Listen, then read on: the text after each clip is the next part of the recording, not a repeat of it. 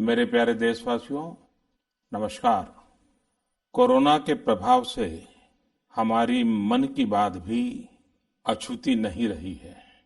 जब मैंने पिछली बार आपसे मन की बात की थी, तब पैसेंजर ट्रेनें बंद थी, बसें बंद थी, हवाई सेवा बंद थी। इस बार बहुत कुछ खुल चुका है। श्रमिक स्पेशल ट्रेनें चल रही हैं, अन्य स्पेशल ट्रेनें भी शुरू हो गई हैं। तमाम सावधानियों के साथ हवाई जहाज उड़ने लगे हैं। धीरे धीरे उद्योग भी चलना शुरू हुआ है। यानी अर्थव्यवस्था का एक बड़ा हिस्सा अब चल पड़ा है, खुल गया है। ऐसे में हमें और ज्यादा सतर्क रहने की आवश्यकता है। 2 गज की दूरी का नियम हो, मुंह पर मास्क लगाने की बात हो सके तो वहां तक घर में रहना हो, ये सारी बातों का पालन, उसमें जरा भी ढिलाई नहीं बरतनी चाहिए। देश में सबके सामूहिक प्रयासों से कोरोना के खिलाफ लड़ाई बहुत मजबूती से लड़ी जा रही है। जब हम दुनिया की तरफ देखते हैं तो हमें अनुभव होता है कि वास्तव में भारतवासियों की उपलब्धि कितनी बड़ी है।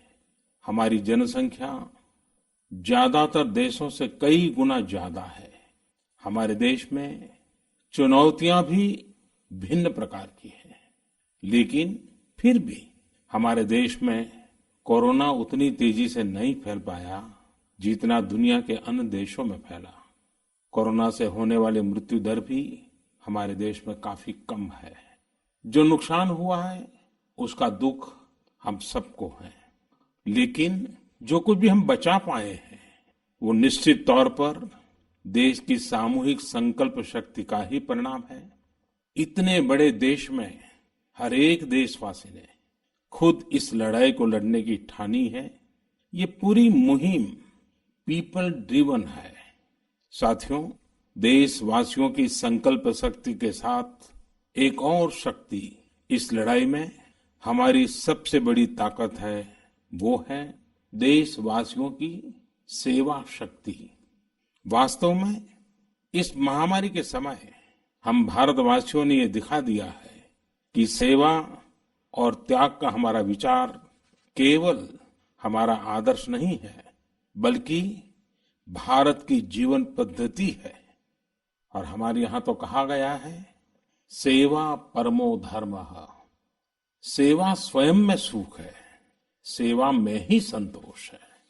आपने देखा होगा कि दूसरों की सेवा में लगे व्यक्ति के जीवन में कोई डिप्रेशन या तनाव कभी नहीं दिखता। उसके जीवन में, जीवन को लेकर उसके नजरिए में भरपूर आत्मविश्वास, सकारात्मकता और जीवंतता प्रतिपल नजर आती है। साथियों, हमारे डॉक्टर्स, नर्सिंग स्टाफ, सफाई कर्मी, पुलिसकर्मी, मीडिया के साथी, ये सब जो सेवा कर रहे हैं, उसकी चर्चा मैंने कई बार की है। मन की बात में भी मैंने उसका जिक्र किया है। सेवा में अपना सब कुछ समर्पित कर देने वाले लोगों की संख्या अनगिनत है। ऐसे ही एक सज्जन है तमिलनाडु के सी मोहन। सी मोहन जी मदुरई में एक सैलून चलाते हैं। अपनी मेहनत की कमाई से इन्होंने अपनी बेटी की पढ़ाई के लिए 5 लाख रुपए बचाए थे, लेकिन इन्होंने ये पूरी राशि इस समय जरूरतमंदों, गरीबों की सेवा के लिए खर्च कर दी। इसी तरह अगरतला में ठेला चलाकर जीवन यापन करने वाले गौतम दास जी अपनी रोजमर्रा की कमाई की बचत में से हर रोज दाल चावल खरीदकर जरूरतमंदों को खाना खिला रहे हैं। पंजाब के पठानकोट से भी एक ऐसा ही उदाहरण मुझे पता चला। यहाँ दिव्यांग भाई राजू ने दूसरों की मदद से जोड़ी गई छोटी सी पूंजी से 3000 से अधिक मास्क बनवाकर लोगों में बांटे। भाई राजू ने इस मुश्किल समय में करीब 100 परिवारों के लिए खाने का राशन भी जुटाया। देश के सभी इलाकों से विमेन सेल्फ हेल्प ग्रुप के परिश्रम की भी अनगिनत कहानियां इन दिनों हमारे सामने आ रही है। गांवों में, छोटे कस्बों में हमारी बहनें, बेटियां हर दिन हजारों की संख्या में मास्क बना रही हैं। तमाम सामाजिक संस्थाएं भी इस काम में इनका सहयोग कर रही हैं। साथियों, ऐसे कितने ही उदाहरण हर दिन दिखाई और सुनाई पड़ रहे हैं। कितने ही लोग खुद भी मुझे नमो ऐप और अन्य माध्यमों के जरिए अपने प्रयासों के बारे में बता रहे हैं। कई बार समय की कमी के चलते मैं बहुत से लोगों का, बहुत से संगठनों का, बहुत सी संस्थाओं का नाम नहीं ले पाता हूं।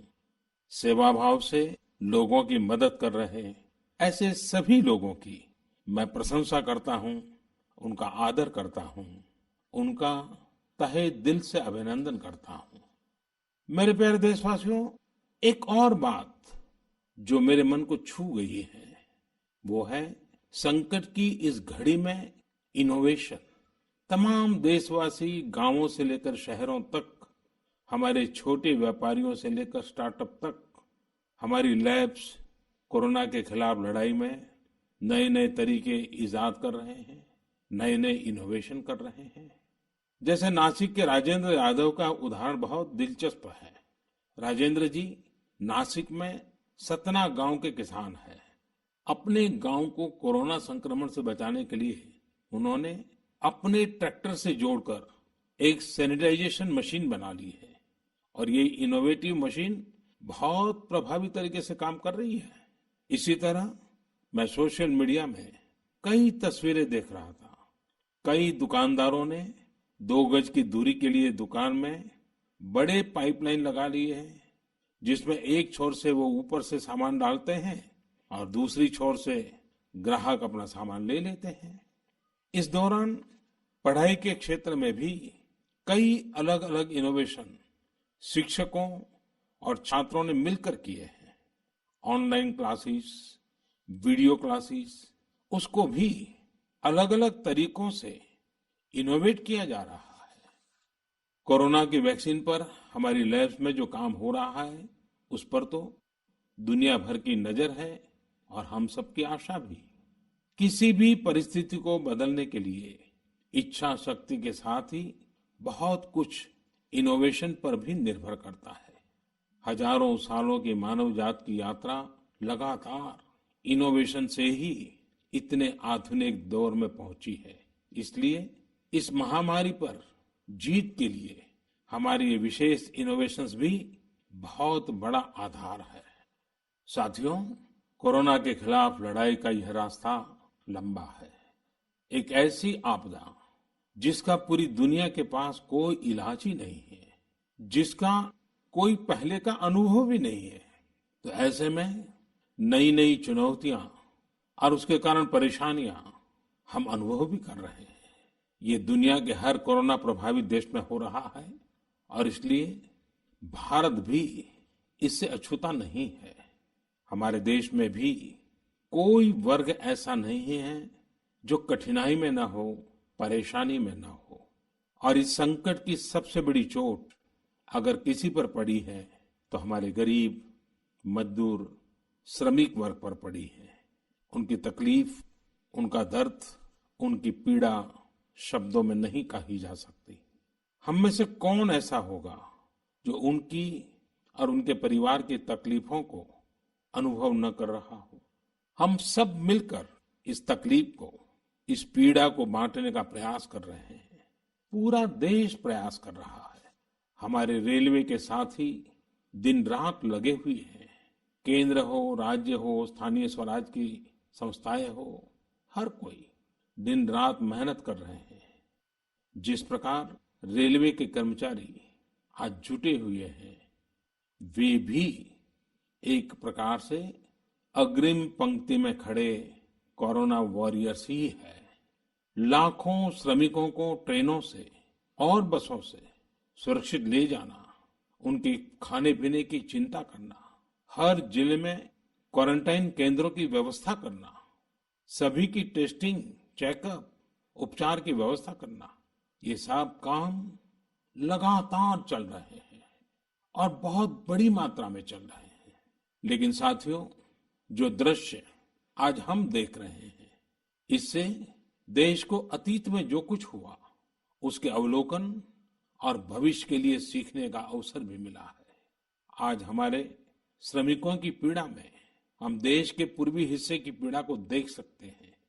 जिस पूर्वी हिस्से में देश का ग्रोथ इंजन बनने की क्षमता है, जिसके श्रमिकों के बाहुबल में देश को नई ऊंचाई पर ले जाने का सामर्थ्य है, उस पूर्वी हिस्से का विकास बहुत आवश्यक है। पूर्वी भारत के विकास से ही देश का संतुलित आर्थिक विकास संभव है। देश ने जब मुझे सेवा का अवसर दिया, तभी से हमने पूर्वी भारत के विकास को प्राथमिकता दी है। मुझे संतोष है कि बीते वर्षों में इस दिशा में बहुत कुछ हुआ है और अब प्रवासी मजदूरों को देखते हुए बहुत कुछ नए कदम उठाना भी आवश्यक हो गया है और हम लगातार उस दिशा में आगे बढ़ रहे हैं। जैसे कहीं श्रमिकों की स्किल मैपिंग का काम हो रहा है, कहीं स्टार्टअप्स इस काम में जुटे हैं, कहीं माइग्रेशन कमीशन बनाने की बात हो रही है। इसके अलावा केंद्र सरकार ने अभी जो फैसले लिए हैं, उससे भी गांवों में रोजगार, स्वरोजगार, लघु उद्योगों से जुड़ी विशाल संभावनाएं खुली हैं। ये फैसले इन स्थितियों के समाधान के लिए हैं, आत्मनिर्भर भारत के लिए हैं। अगर हमारे गांव आत्मनिर्भर होते, हमारे कस्बे, हमारे जिले, हमारे राज्य आत्मनिर्भर होते, तो अनेक समस्याओं ने वो रूप नहीं लिया होता जिस रूप में वो आज हमारे सामने खड़ी है। लेकिन अंधेरे से रोशनी की ओर बढ़ना मानव स्वभाव है।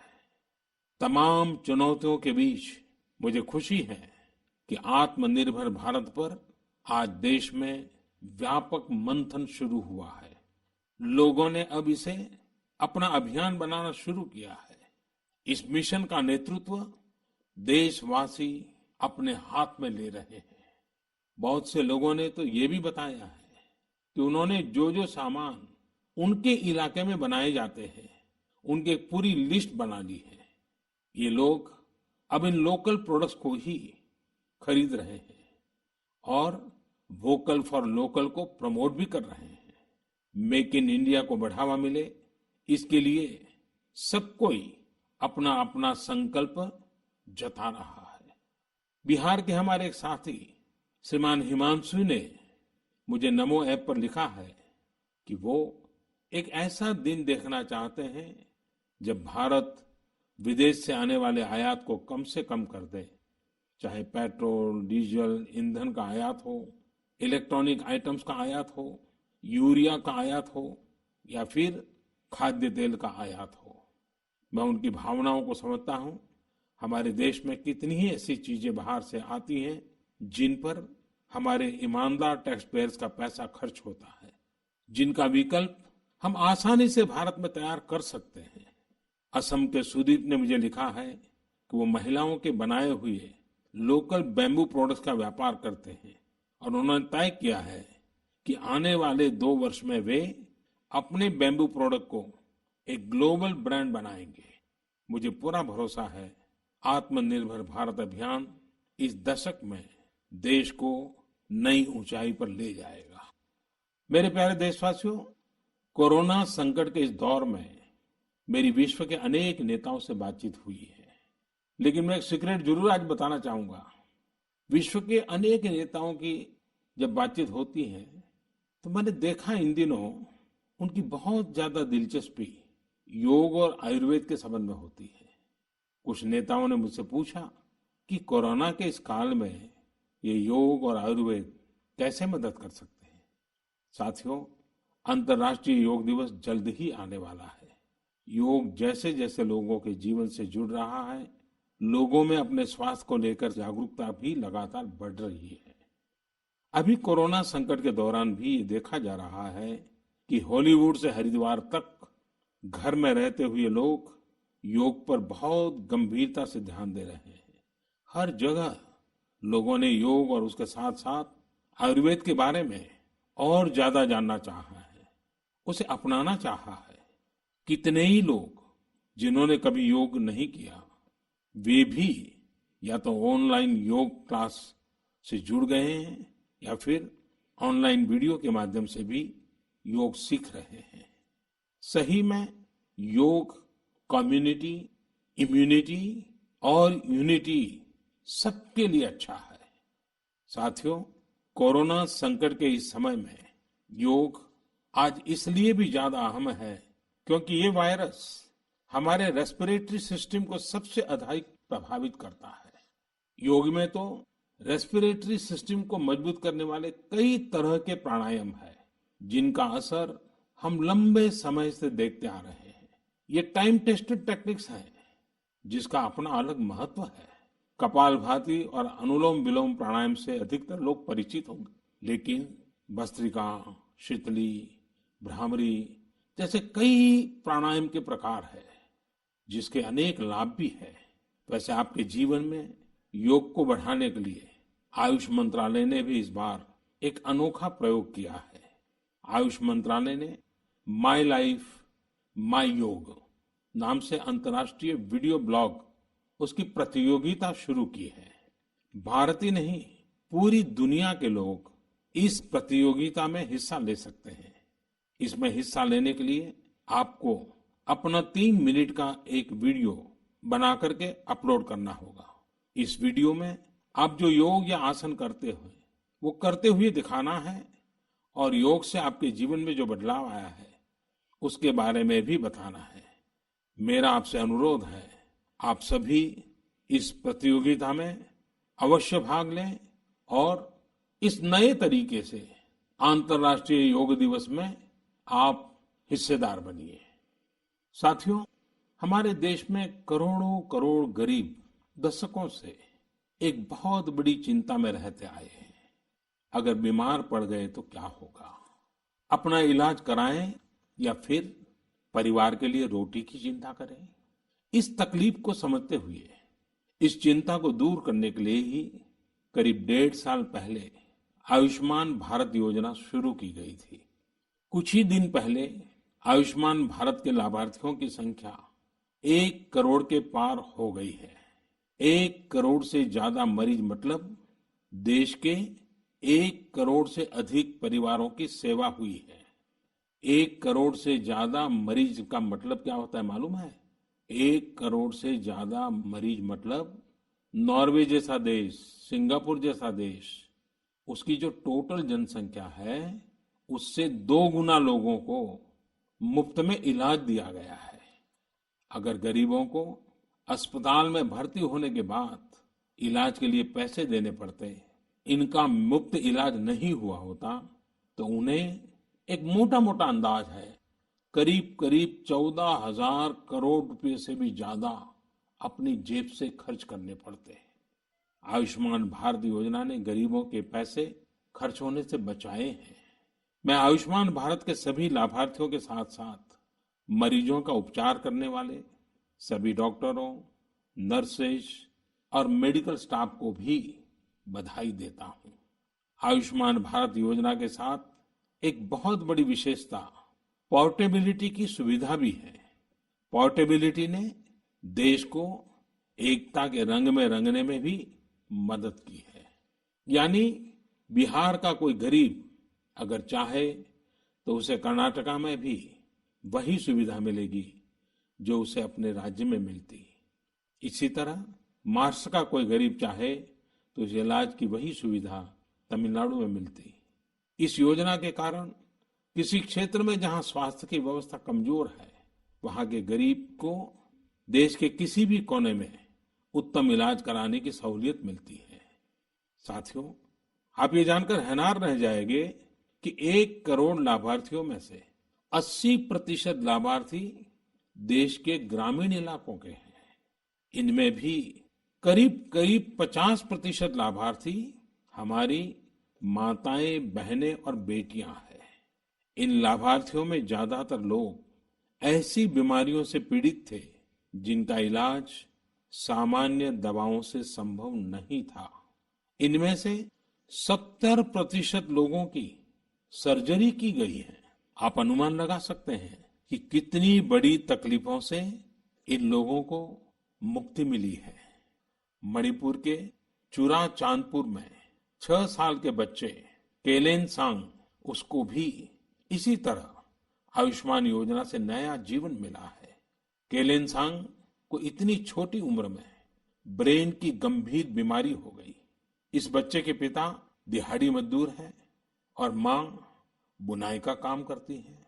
ऐसे में बच्चे का इलाज कराना बहुत कठिन हो रहा था, लेकिन आयुष्मान भारत योजना से अब उनके बेटे का मुफ्त इलाज हो गया है। कुछ इसी तरह का अनुभव पुडुचेरी की अमूर्था वल्ली जी का भी है। उनके लिए भी आयुष्मान भारत योजना संकट मोचक बनकर आई है। अमूर्था वल्ली जी के पति की हार्ट अटैक से दुखद मृत्यु हो चुकी है। उनके 27 साल के बेटे जीवा को भी हार्ट की बीमारी थी। डॉक्टर्स ने जीवा के लिए सर्जरी की सलाह दी थी, लेकिन दिहाड़ी मजदूरी करने वाले जीवा के लिए अपने खर्च से इतना बड़ा ऑपरेशन करवाना संभव ही नहीं था। लेकिन अमूर्था वल्ली ने अपने बेटे का आयुष्मान भारत योजना में रजिस्ट्रेशन करवाया और 9 दिनों बाद बेटे जीवा के हार्ट की सर्जरी भी हो गई। साथियों, मैंने आपको सिर्फ 3-4 घटनाओं का जिक्र किया।